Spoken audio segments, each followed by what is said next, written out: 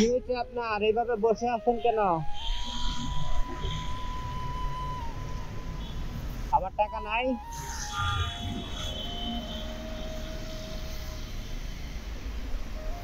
কথা বলতে পারেন না?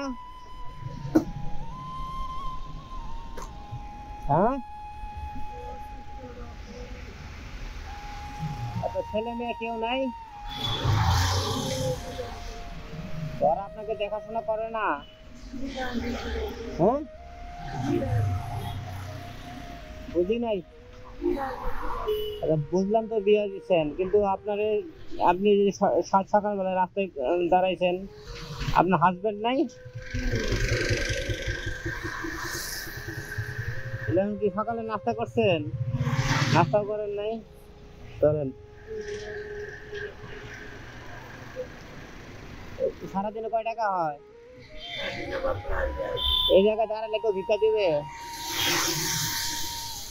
এই এই জায়গায় দাঁড়ালে তো টাকা পাবেন না, এটা তো রাস্তা, এই রাস্তাতে আপনাকে কেউ সাহায্য করবে না দাঁড়ায় থাকে। আপনার দাঁড়ায় থাকবে কোনো বাজারের মোড়ে, অথবা মানুষ হাঁটা চলা করে যেসব রাস্তা, এই রাস্তাতে মানুষ খুব কম হাঁটে, তাই না?